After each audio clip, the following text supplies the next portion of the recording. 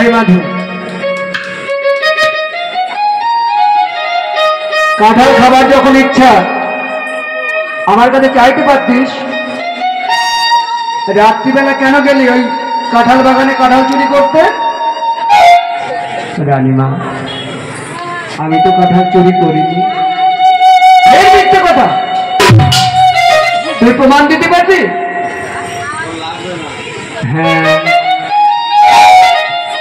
কোথায় প্রমাণ দিবি? চলুন মন্দিরে। মন্দিরে নিয়ে গেল রানীমাকে। পান্ডারা চলে গেল।